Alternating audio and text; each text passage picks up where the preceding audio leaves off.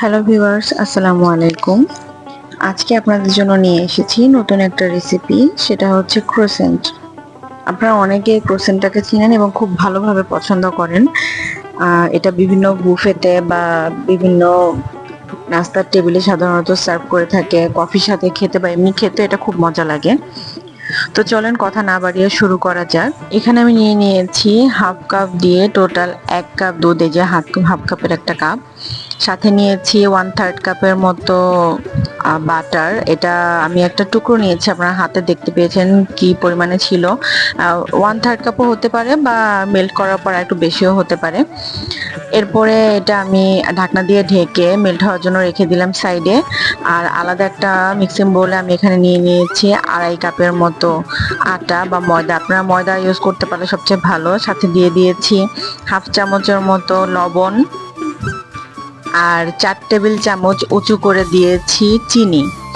সাথে দিয়ে দিয়েছি 1 টেবিল চামচ ইস্ট। এখানে আমি অ্যাঞ্জেলের যে অ্যাঞ্জেল ব্র্যান্ডের এটা ইউজ করি, ইনস্ট্যান্ট ইস্ট। আপনারা চাইলে নর্মাল ইস্টও ব্যবহার করতে পারেন, সেক্ষেত্রে আগে থেকে ইস্টটা অ্যাক্টিভ করে নিতে হবে। তো যাই হোক, এটা আমি ভালো করে মিক্স করে সাইডে রেখে দিলাম। এবার আগে থেকে যে মেল্ট করে রাখা বাটার আর দুধের যে মিশ্রণটা, এটার ভিতরে দিয়ে দিব একটা ডিম। এই ডিমটা গরম অবস্থায় দিবেন না, কারণ মেল্ট হওয়া পর্যন্ত দুধটা অলরেডি প্রায় কুসুম গরম রয়েছে, অতটা গরমও হয়নি, একদম ঠান্ডাও হয়ে যায়নি। এই অবস্থায় আমরা ডিমটা দিয়ে দিব, ভালো করে মিক্স করে নিব। এরপরে মিক্সারটা আমরা দিয়ে দিচ্ছি সেই আগে থেকে রেডি করে রাখা ময়দার ভিতর। এখানে আমরা ময়দাটা আস্তে আস্তে করে মিশিয়ে নিব মিক্সারের সাথে। এখন এটা হচ্ছে নাড়াচ্ছে নাড়াচ্ছে এখন নাড়াচ্ছে নাড়াতে আসছে। তারপরও কি করবো, খালি নাড়াতেই তো আছে, নাড়াতেই একেবারে সারাই দিচ্ছি। তো লেগেছিল, এবার হাত দিয়ে মাখাচ্ছে, হাত দিয়ে মাখাচ্ছি। এবার এখন পাউডার আটা আটা দিয়ে দিল, হাফ কাপ আটা দিয়ে দিলে এবার এটা আবার মাখাচ্ছি। মাখানোর পরে মাখাতেই তো আছে, মাখাচ্ছে মাখাতেই আসে। এখন ভালোভাবে দুধ দড়ি করতে হবে। এবার এখানে দিয়ে দিল তেল না বাটার বাটার দিয়ে দিলে এখানে একটুখানি। এবার তেল বাটার দিয়ে দিলে আবার মানে ঢেকে দিয়ে দিয়েছে যাতে রুটিটা আস্তে আস্তে ফুলে যায়। এখন ফুলে গিয়েছে, এটা আবার মাখাচ্ছে। তা এখন বেলার এখন পাউডার নিলেও এখন বেলেছে। পাতলা রুটি করে নিতে হবে, একটা পাতলা রুটি করে নিতে হবে। এখন পিৎজার মতন স্লাইস করে কাটতেছে, ওখানে তার আবার করতেছে, একটুখানি কাটতেছে। এটা এখন ডিম ব্রাশ করতেছে, ডিমের ব্রাশ করতেছে।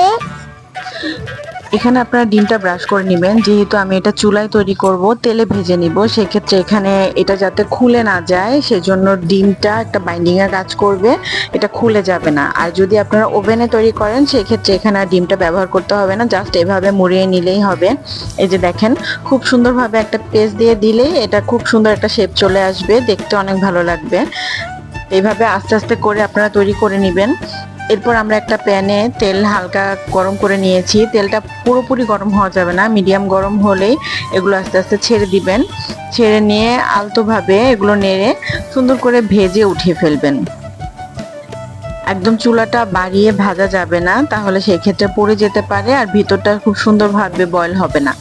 যার জন্য এখানে মিডিয়াম টু লো হিটে রেখে আস্তে আস্তে করে ভেজে নেবেন, তাহলে ভিতরটা খুব সুন্দর সফট হবে আর বাইরে থেকে অনেক ভালো একটা ক্রাঞ্চি একটা ভাব আসবে, খেতেও অনেক ভালো লাগবে। আর এটা 2 থেকে 3 দিন রেখেও সংরক্ষণ করতে পারবেন। এই যে এটা এখন ভাজতেছে মা, ভাজতেই আসে, ভাজতে আসে। এটা অনেক মজা হয়েছিল,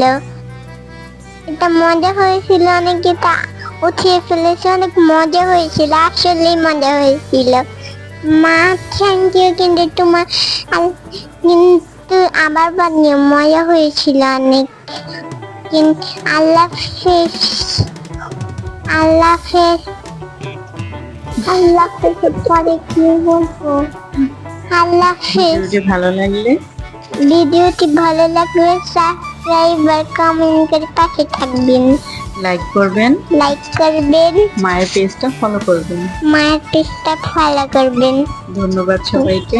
ধন্যবাদ সবাইকে। আসসালামু আলাইকুম। আসসালামু আলাইকুম। হুম। আল্লাহ হাফেজ।